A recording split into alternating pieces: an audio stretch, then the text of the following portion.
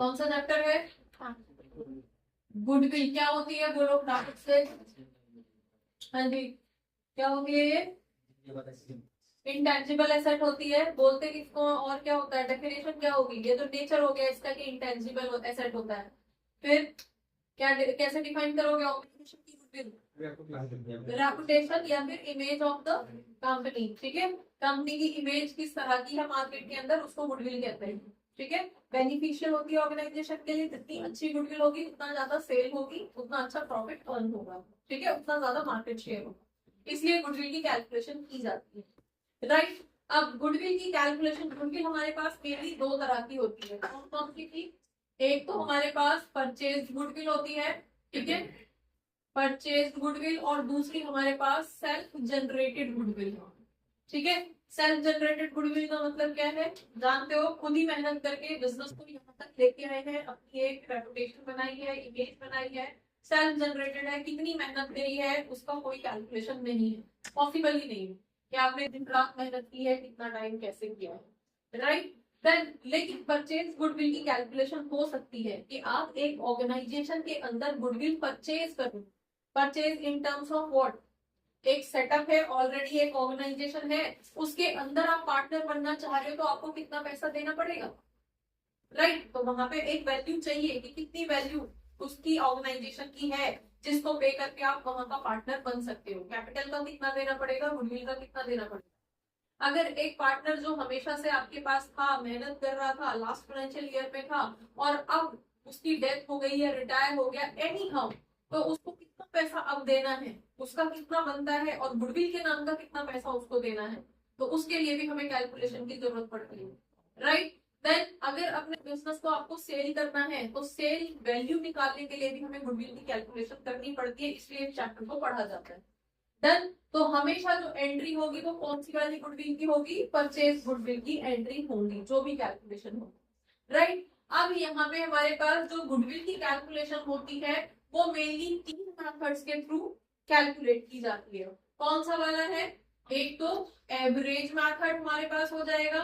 Right, दूसरा हमारे पास कौन सा है? Super profit method. ठीक है, और नेक्स्ट हमारे पास कैपिटलाइजेशन। ठीक है, मेथड ऑफ गुडविल। राइट, अब जल्दी जल्दी से एक बार फॉर्मूला बोल देते हैं। एवरेज प्रॉफिट के अंदर हमारे पास अगेन दो तरह से कैलकुलेट किया जाता है। कैसे? एक हमारा होता है simple average method. Right, clear हो गया? दूसरा हमारा कौन सा होता है? Weighted average method. ठीक है जी, यहां तक किसी को कोई इशू? क्लियर है? Right, now profit, super profit method और कैपिटलाइजेशन मेथड। तो एक एक करके इनके फॉर्मूले लिखना हम स्टार्ट कर देते हैं। एवरेज प्रॉफिट मेथड का फॉर्मूला क्या होता है? एवरेज प्रॉफिट मेथड का फॉर्मूला क्या होता है? Total profit divided by number of years. कितने साल में? पिछले 4 सालों का प्रॉफिट दिया है, एवरेज निकालने के लिए बोला गया है, तो पिछले 4 सालों का क्या क्या प्रॉफिट था उसको ऐड करोगे, लॉस था तो माइनस कर दोगे। ठीक है, divided by number of years कितने थे? 4 थे, डिवाइडेड बाय 4 कर दोगे, तो आपके पास क्या निकल के आ जाएगा? यहाँ पे क्या आ जाएगा? Total profit divided by number of years. ये कैलकुलेट करके आप ये सिंपल एवरेज मेथड से कैलकुलेट कर दो। समझ में आ गया क्या बोल रहे हैं हम इसको? एवरेज प्रॉफिट दिखाई दे रहा है नहीं? क्लियर है? डन, वेटेड एवरेज प्रॉफिट का मेथड बता दो।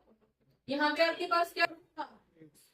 हाँ जी, weighted profit divided by weight. सिर्फ प्रॉफिट नहीं, ठीक है, सिर्फ प्रॉफिट नहीं, आप क्या करते हो यहाँ पे? जो भी आपका प्रॉफिट था, जिस भी ईयर का था, उसको वेट से मल्टीप्लाई करते हो। याद आ रहा है कुछ? Total summation, suppose 4th year के जो लेटेस्ट वाला जो प्रॉफिट है उसको सबसे ज्यादा वेटेज देनी है, 4 की वेटेज उसको देनी है। पिछले साल का जो प्रॉफिट था उसको 3 की वेटेज देनी है, तो हम पहले 3 से उसको मल्टीप्लाई करके एक अलग कॉलम में निकाल रहे थे। याद आ रहा है? हाँ जी, क्लियर है? ठीक है, तो फॉर्मूला हमारे पास क्या आ जाएगा? फॉर्मूला बता दो। एवरेज प्रॉफिट, एवरेज मतलब weighted average profit equals to summation of weighted profit. ठीक है जी, weighted profit divided by weights. Weight का मतलब क्या है, यहाँ पे हमने किससे डिवाइड किया था, नंबर ऑफ ईयर से, और यहाँ पे हम किससे डिवाइड कर रहे हैं, टोटल ऑफ वेट्स। ठीक है, लास्ट ईयर का 4, उससे पहले का 3, उससे पहले का 2, उससे पहले का 1, तो टोटल वेट कितना आ गया 10। ठीक है, 4 ही सालों का प्रॉफिट है, लेकिन वेटेज कितना आ गया 10, तो डिवाइडेड बाय क्या करेंगे हम 10, ना कि 4। समझ में आ गया, ये दोनों डिफरेंस है, और यही पे कई बार बच्चे मिस्टेक कर देते हैं, तो इसको ध्यान रखना। तो वेटेड एवरेज में हम वेट से डिवाइड करें।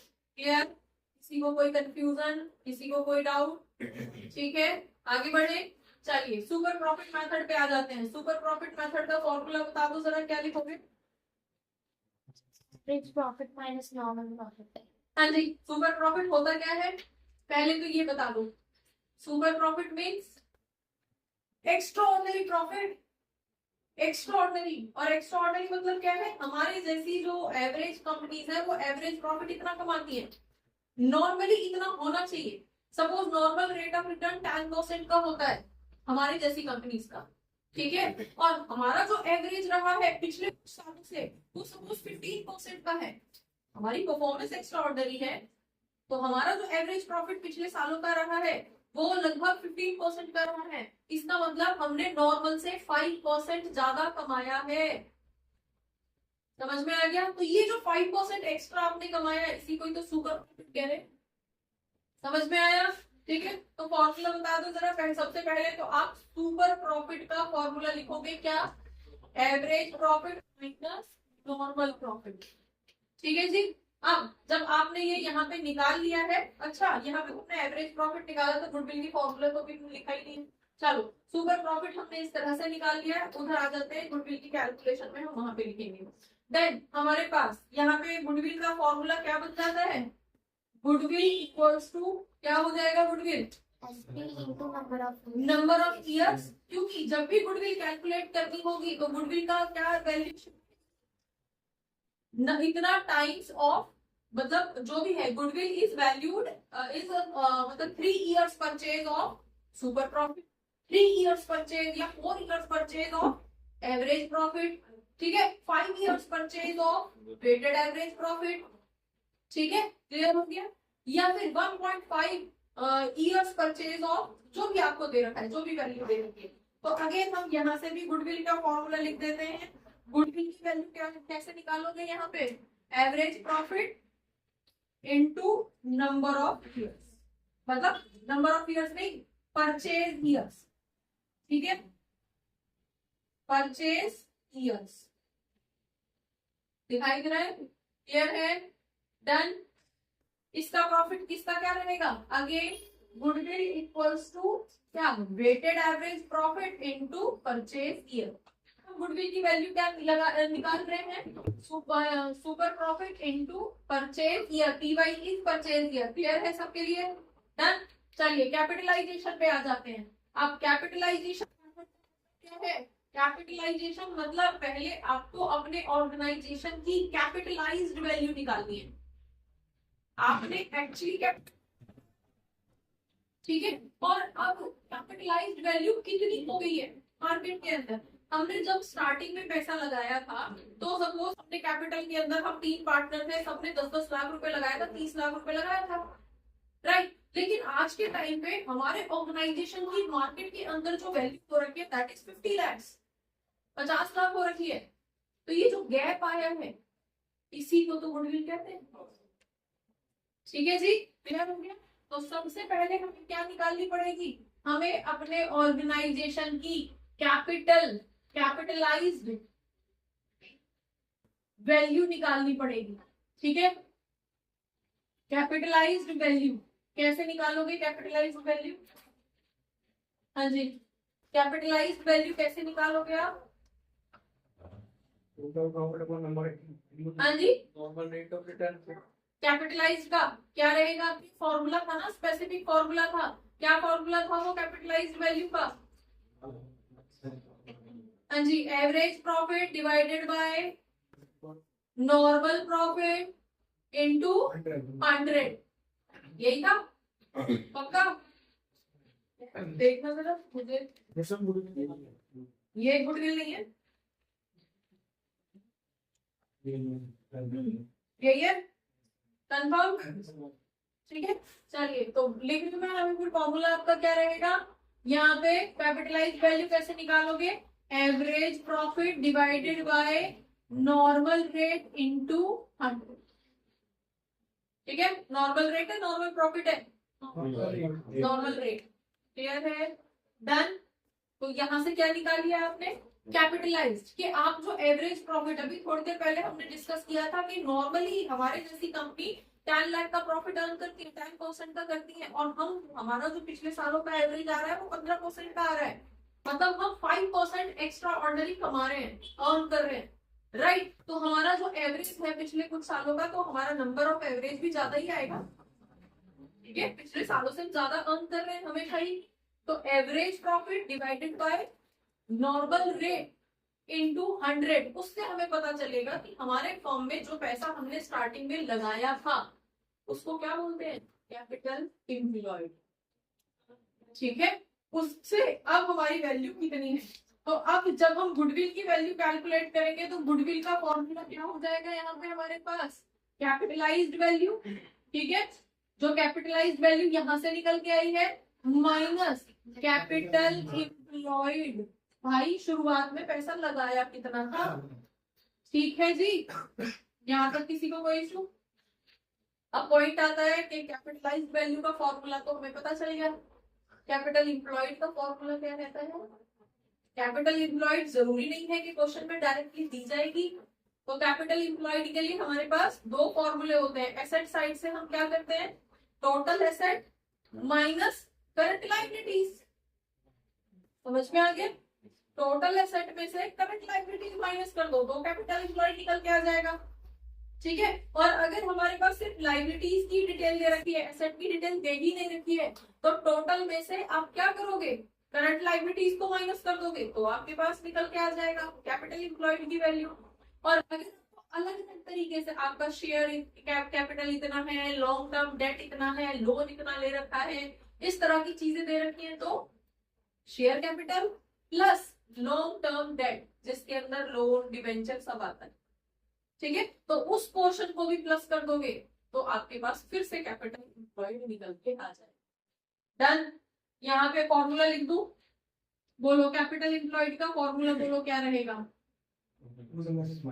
हाँ जी, टोटल एसेट, ठीक है जी, total assets minus current liabilities, ठीक है। दूसरा फॉर्मूला बोलो, ये तो एक था, दूसरा फॉर्मूला, ये एक फॉर्मूला है, दूसरा फॉर्मूला क्या बोलोगे, total liabilities, total liabilities minus current liabilities, तो भी कैपिटल एम्प्लॉयड निकल के आ जाएगा।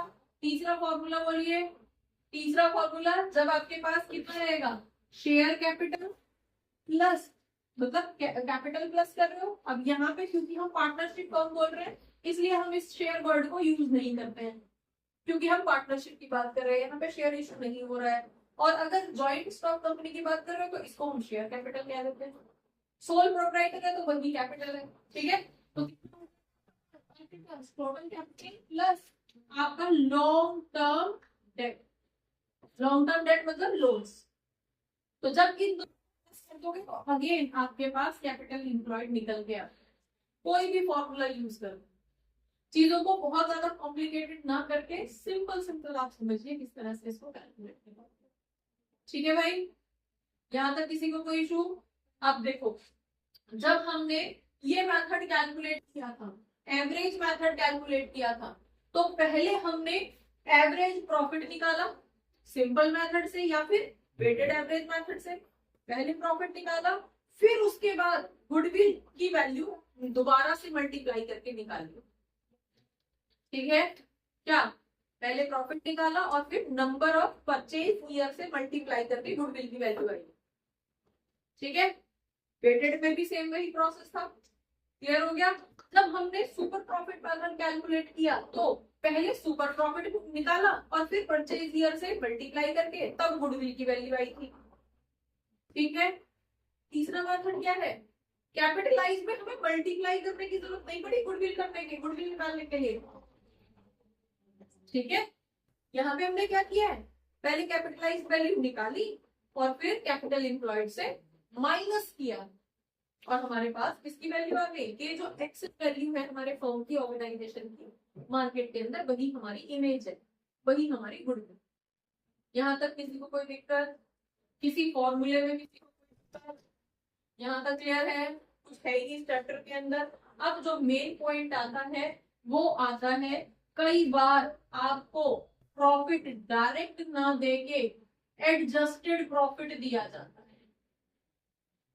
ठीक है जी, 2021 में डेप्रिसिएशन माइनस नहीं हुआ था, या जो आपका कार खरीदी थी उसको प्रॉफिट में से माइनस कर दिया था, या आग लग गई थी, चोरी हो गई थी, या इंश्योरेंस का पैसा मिल गया था, वगैरह वगैरह, इस तरह का कोई एक स्पेसिफिक ईयर से रिलेटेड, या उस पर्टिकुलर ईयर में जो है क्लोजिंग स्टॉक ओवर वैल्यूड था या अंडर वैल्यूड था, इस तरह की चीजें जो है आपको दे दी जाती हैं। तो ऐसे केस में आपको क्या करना पड़ता है, पहले उस प्रॉफिट को जिसके अंदर बहुत सारी एडजस्टमेंट हो रखी है उसको नॉर्मल बनाना पड़ता है। ठीक है, तो उसको आप क्या बोलते हो, एडजस्टिंग प्रॉफिट। ठीक है, तो उस पर्टिकुलर ईयर में जो भी एडजस्टमेंट हो रखी है उसको रिवर्स करोगे और तब जाके अपने प्रॉफिट को नॉर्मल बनाओगे, और फिर जिस भी मेथड से आपसे बोला जाए, एवरेज, सुपर प्रॉफिट, उस मेथड पर अप्लाई करोगे। ठीक है, क्लियर। चलिए, एडजस्टेड प्रॉफिट निकालने के लिए आपको क्या क्या चीज प्लस करनी पड़ती है, क्या क्या चीज माइनस करनी पड़ती है, जितने भी एबनॉर्मल, ऐड कौन कौन सी चीजें करोगे, जितने भी एबनॉर्मल लॉसेस हैं या फिर जो भी लॉसेस या एक्सपेंडिचर्स हैं उनको क्या करना पड़ता है, प्लस। क्यों, क्योंकि इनकी वजह से उस पर्टिकुलर ईयर का प्रॉफिट घटा था, हमेशा नहीं घटता, आग हमेशा नहीं लगती, इस बार लगी थी, तो हमें तो अपना ऑन एन एवरेज प्रॉफिट निकालना है। तो पहले प्रॉफिट को नॉर्मलाइज करो, तब जाके हम आगे उसको प्रोसेस डाल।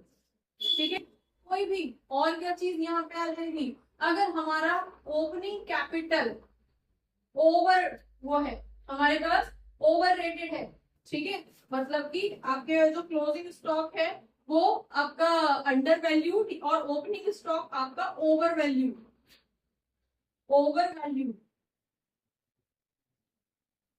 या फिर क्लोजिंग कैपिटल, क्लोजिंग स्टॉक जिसको हम बोल सकते हैं capital wording stock, closing stock आपका अंडर वैल्यू है, तो हम उसको यूज करेंगे, तो हम उसको ऐड करेंगे। ठीक है, कोई भी जो कैपिटल नेचर का एक्सपेंडिचर है, कैपिटल एक्सपेंडिचर कौन सा होता है भाई, कैपिटल एक्सपेंडिचर, कैपिटल एक्सपेंडिचर जैसे हमने अभी एग्जांपल लिया था, गाड़ी खरीद ली और उसको साल के प्रॉफिट में से माइनस कर दिया, वो आपका एसेट था, प्रॉफिट में से नहीं होता, वो कैपिटल में से होना था खर्चा। तो अगर हमने बाय मिस्टेक यहाँ पे 10 लाख की कार लेके यहाँ से प्रॉफिट में से माइनस कर दिया था, तो उसको वापस ऐड बैक करोगे कि 10 लाख का जो है वो यहाँ पे नहीं करे। ठीक है, क्लियर। कोई भी एक्चुअल इनकम जो कि नॉर्मल इनकम है, नॉर्मल इनकम जो होनी थी और रिकॉर्ड करनी चाहिए थी लेकिन हमने नहीं करी, ठीक है, ऑर्गेनाइजेशन का रेंट मिल रहा था कंपनी का, हमें यहाँ ऐड करना था, नहीं करा, भूल गए, तो वो वापस ऐड बैक करो। ठीक है, क्लियर हो गया।